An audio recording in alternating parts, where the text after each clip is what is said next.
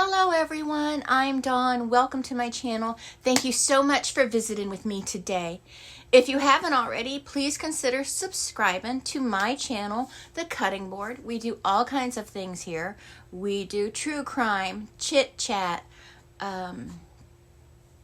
food content, DIYs, hauls, makeup, SFX makeup, product reviews, vlogs, and most importantly, at least to me, Disney content. So if any of that is of interest to you, please join me. So this one is for horror lovers and Halloween fiends. October isn't just a month, it's a season, and today is day one. A season of shadows, pumpkin light, and midnight chills. And what better way to celebrate than with 31 movies for 31 nights, leading us right up to October 31st, where we end with the king of them all. But you'll have to wait for it. This is my favorite time of the year, so you're going to see a lot of content about it. So grab your candy, lock your doors, and let's dive into the ultimate horror marathon. Although locking your doors may not always be the best trick to beat these movie monsters. So, day one, Trick or Treat, an anthology of twisted Halloween tales all tied together by Sam, the adorable Sam, the pumpkin-headed guardian of Halloween rules. I remember when I first heard about this movie, and I waited and waited and waited for years for its release, and it was worth the wait. It really is a great anthology film. I love it so much that I watch it in February. Day two, Something Wicked This Way Comes, if you can find it. A dark Disney classic. A sinister carnival comes to town offering temptations for a terrible price. I love this movie. I remember seeing the trailer when I was a little kid and being just haunted by it and loving it at the same time. I thought it was so creepy. And I also remember that my dad really, really wanted to take me to see it in the theater. Although this movie is not really for kids, but my mom said no. My dad was a Ray Bradbury fan who, of course, wrote the book. And I remember him being pretty excited about this movie. Now, if you can't find the movie to watch, grab the book. You can get it at most used bookstores, I would think. That's where I got my copy. Day three, the Amityville Horror, the house that bleeds evil. The Lutz family's dream home becomes a nightmare. And honestly, you can't go wrong with the original or with the Ryan Reynolds version. You really can't. Or just watch both. There's no rule saying you have to pick one or the other, you know, because I think they both have their value. I personally think that they're both great in their own ways. And Ryan Reynolds, oh gosh. Day four, Child's Play. Meet Chucky, the killer doll with a bad attitude. And he does have a bad attitude. Playtime will never be the same. Of course, you have to watch a Chucky movie for the Halloween season, at least one, or do a marathon. Day five, Salem's Lot, Stephen King's small town vampire tale. Evil spreads through a community like a plague. I would go with the original David Soul one rather than the Rob Lowe version. I think that Salem's Lot is super creepy, especially with the one kid floating towards his friend's bedroom window, scratching at the window. Oh, that is so creepy. Even today, that is creepy. Day six, Phantasm, the Tall Man. Another one where I just remember the trailer thinking it looked terrifying. Flying Silver Spheres and Dreamlike Terror. A cult classic of pure weird horror. It really is great, though. Day seven, Night of the Demons. A Halloween party turns into a possession nightmare. Angela's House of Horrors is unforgettable. I do watch this movie quite a lot, and it actually bothers me. This movie actually bothers me. I find demons very scary, and I watch it every year. I literally torture myself with this movie every year. Now you can also try Tales from the Crypt's Demon Night. That movie scares me so bad I won't even watch it. And it's a silly movie. It's silly, but still. Day 8, The Evil Dead, Cabin in the Woods, Cursed Tapes, and Demonic Mayhem. Sam Raimi's bloody masterpiece. The first time that I saw this movie, it was at the drive-in theater with my dad and one of my brothers. And my dad had made roast beef sandwiches with mayonnaise and made them just for me. And after I saw one particular part of The Evil Dead, I didn't eat mayonnaise for a really long time, like years. And in fact, nothing white and creamy. And the movie that came on after The Evil Dead is also on this list, but we'll get to that. You have to wait. I'll let you know. Day 9, Hellraiser. Pinhead and the Cenobites bring pain and pleasure in equal measure. Oh, that rhymes. Such a scary movie. So scary.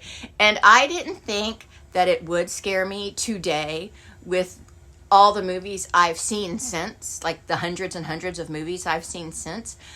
But the Cenobites remain some of the scariest movie monsters ever in my mind. Ever. Especially Pinhead. Day 10, Pet Sematary.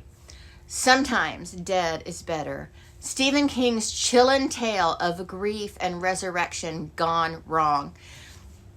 I remember in middle school, everyone was reading the book Pet Sematary. And when the movie came out, it was just like this air of excitement.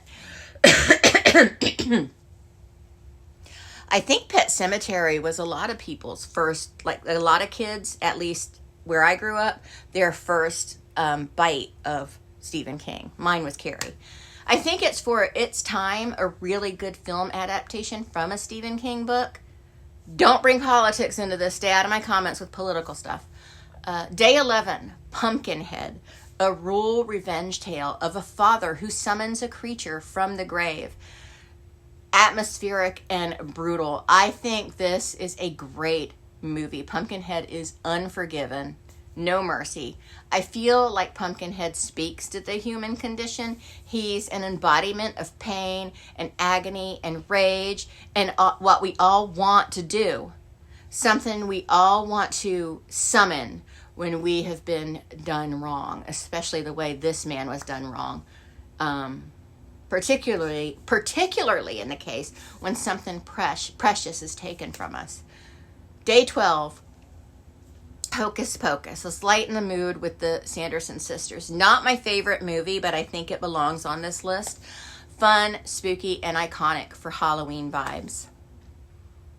Day 13, Friday the 13th. Camp Crystal Lake, where it all began. A slasher classic, drenched in blood. It's really not that bloody of a movie. And Kevin Bacon.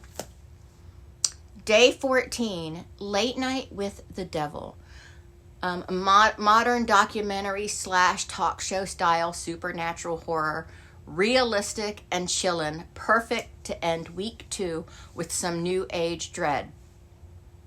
I saw this movie as soon as it was available. I was waiting for it and I was ready. As soon as it was available on streaming, I watched it. And I was genuinely shook.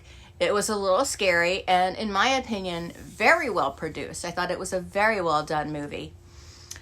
Day 15, A Nightmare on Elm Street. Freddy Krueger haunts your dreams. He's the man of our dreams, right? Sleep is no longer safe. Oh, by the way, this was the second movie at the drive-in double feature that I went to with my dad and one of my brothers. So this was the second one. And contrary to what they think, Nightmare on Elm Street didn't scare me as bad as Evil Dead. It did scare me, though. But my dad and my brother, they brought me home. I lived with my mom, and we lived on the 3rd floor, and I took the stairs, and there are these windows that you can see on the stairwell. You can see what's going on. So my dad and my brother, they wait for me to get into the apartment because they can see me clearly from outside. And they see me reach the apartment, and they said that they both started cracking up laughing because I flew up the stairs so fast. I wanted to get in that house. Day 16, Poltergeist. They're here.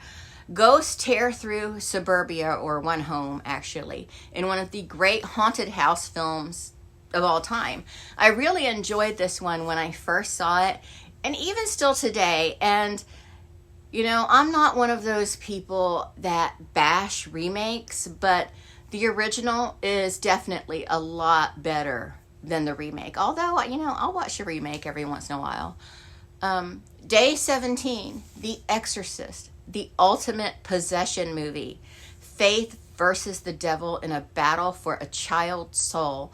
This is such a scary one. I love this movie, and this movie is serious. There's no fun-loving, funny goofs in this one. None. You know, a lot of horror movies have little funny bits. This one, none that I can think of. This is just a serious, hardcore, terrifying movie. Again, just my opinion, but The Exorcist is one of the greats. Day 18, The Conjuring. Ed and Lorraine Warren face a farmhouse full of supernatural evil. One of the best modern haunted house films. I know a lot of people say this film is overrated, but I think it's stellar. I absolutely love The Conjuring, and it doesn't fail to scare. Day 19, Candyman. Say his name 5 times and summon terror. A horror story rooted in urban legend, which is one of my favorite, subgenres, urban legends. Love it.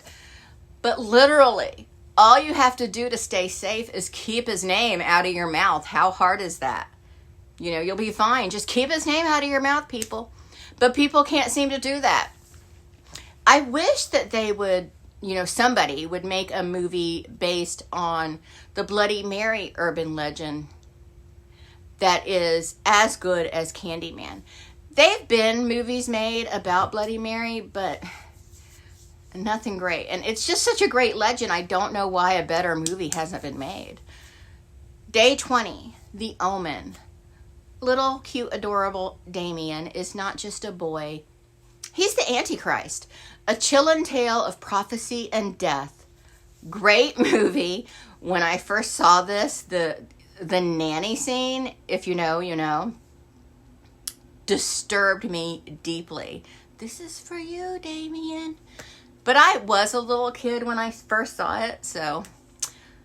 Day 21, Insidious. Astral projection gone wrong. Enter the further if you dare. No thanks. Another one with Patrick Wilson. I do like him quite a lot. He is a cutie patootie. But I find whenever he's in a scary movie, just something I've picked up on, he always has that moment where everyone is freaking out. They're like, ah! And he goes, what? And you just want to say, oh, I don't know, that thing that has been going on that has shaken us all up for a long time that we're trying to deal with, that what? You know? But anyway, I love that movie. Day 22, Carrie. Telekinetic terror explodes on prom night. Stephen King's first adapted novel. To this day, I refuse to acknowledge that acknowledge Carrie as a villain. People say she's a villain. No, the villains were the people that created Carrie. The people that were the architects of that fateful night. Not Carrie. Chris and her friends. Day 23, Silver Bullet. Love this movie. A small town stalked by a werewolf. A boy in a wheelchair fights back. Corey Haim was in this one. He was the boy in the wheelchair, and I just adore him. And he's so fantastic in this movie. But, he really was a very, very gifted actor. We lost someone who I think had a lot of potential. Day 24, The Shining. The haunted Overlook Hotel devours Jack Torrance's sanity. Now, this is the one with Jack Nicholson, which I know Stephen King, keep your politics out of this, Stephen King didn't like, but I loved this movie. Even though I find Jack Nicholson a skeevy pervert, but you know, we all have our opinions. Day 25, Bride of Frankenstein. Dr. Frankenstein returns and the monster finds a mate in this gothic, universal classic, iconic, atmospheric, and unforgettable. Of course, I had to throw in a classic, and this is my favorite. Love the Bride. This is my favorite classic. Day 26, It, Chapter 1. The kids of Derry face the terrifying clown Pennywise. Modern horror with classic Stephen King tension. I know. He's not talented. I know a lot of people are now saying Stephen King isn't talented because they're mad because he doesn't like something. Day 27, It, Chapter 2. The adults return to Derry to confront Pennywise once and for all. Horror meets emotional payoff, and these are, of course, the Bill Skarsgård versions. And I think you could watch them both in one night. I would. I love Tim Curry's Pennywise, but he was the only good thing about the miniseries. The Muschietti version of it is superior, in my opinion. I mean that, and I stand by that. It's scarier, it's better, and I just love it. Day 28, Return of the Living Dead. Zombies, punk rock, and plenty of laughs with a gory twist. Perfectly campy and spooky. Of course, we have to throw in a little bit of campiness. I love campy horror. This movie is just a fun watch, but still, it still has some scary parts that will make you nervous. And fun fact, you probably know this already, but this movie is where the zombies eating brains, that lore came from. But your classic Romero zombie just eats. It's not just about the brains. So people make those jokes about, oh, they're going to go hungry because they only want brains. Zombies eat everything. These are just Return of the Living Dead zombies that care about their brains. It doesn't matter. Day 29, The Addams Family. Raul Julia and Angelica Houston bring the beloved, creepy, kooky family to life in this darkly comedic Halloween classic. I love this movie so much. Day 30, The Blair Witch Project, one of my favorite found footage films. I love found footage. I know a lot of people hate it. It's terror in the woods. Still one of the most chillingly real feeling horror films ever. There are still people today that believe it was real. And Day 31, Halloween. John Carpenter's Halloween, not Rob Zombie's. It's the night he came home. He came home, guys. Michael Myers, my sweetheart for some reason. Halloween was my introduction into more modern horror. I had always watched scary movies, like with my mom or my dad, and one of my favorites was a Joan Crawford movie called Straight Jacket. Plus, of course, the classic Universal monster movies and Psycho. And one of my dad's favorites was Creature from the Black Lagoon, which I also enjoyed. And I do love all of those movies. I do. But Michael Myers was my own. He was my find. I discovered him on my own. Halloween came on cable when I was about 10 or 11 years old, and I just thought it was just the most fascinating, magnificent movie I had ever seen. It truly scared the bejeebies out of me, but I loved it, and I couldn't get enough of it. And this little love affair has lasted all my life since then. My relationship with Michael Myers is the absolute longest of my life and the second healthiest relationship I've ever had with a man. But yes, I recommend wrapping up the season with John Carpenter's Halloween. I mean, what else would it be? And that's it. 31 days of movie recommendations for the Halloween season. What would some of your picks be? Because, you know, this is just my list. It's just my list, and it's not the end all. So let me know, you know, what you would put on your list. I'm curious. You know, let me know down in the comments. I know some of y'all don't watch horror, so what are some of your fall favorites? I hope everyone has a wonderful, spooky, fun month, and I will talk to all of you again very, very soon. Bye-bye.